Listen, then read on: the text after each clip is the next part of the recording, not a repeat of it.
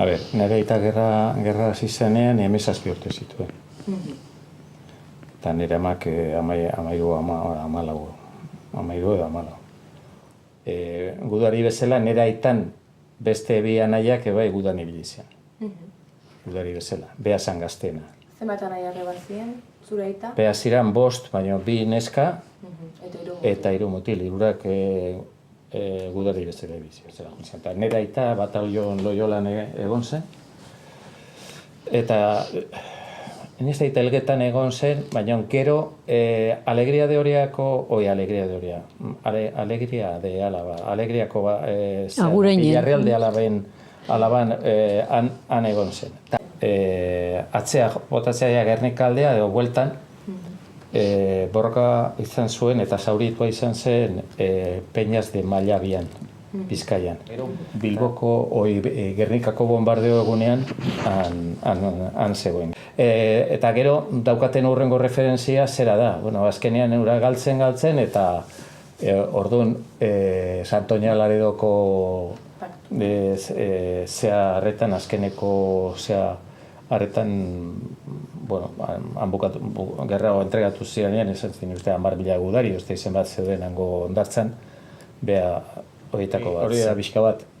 Gero ja ura bukatu eta gero ja tokatu zaion gerra barruan, ja 19 urte edo ez da gitu, 20 urte egin zituenean, ja tokatu zaion Francoren ejertzituan sartzea, eta gero Zamoran ibili zen eta Extremodurako frentean.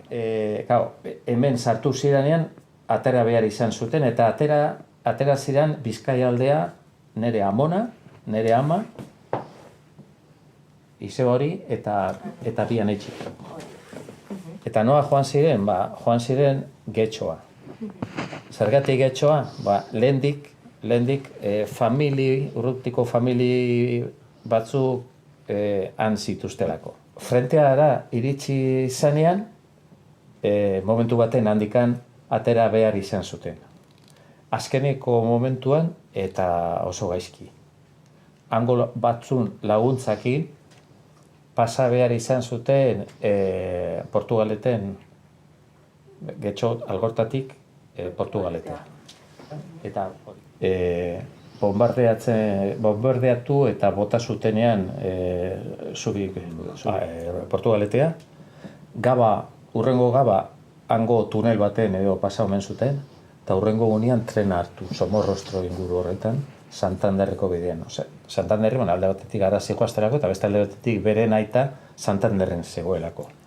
Eta, bueno, ja, urare bai, Galtzea Republikak galtzea zijoala, handikan atera behar izan zuten, eta beak Punta Galeako baporea sartu omen zuten, eta Santanderretik Pasaira etorri zen, Pasaitik ja Donostira.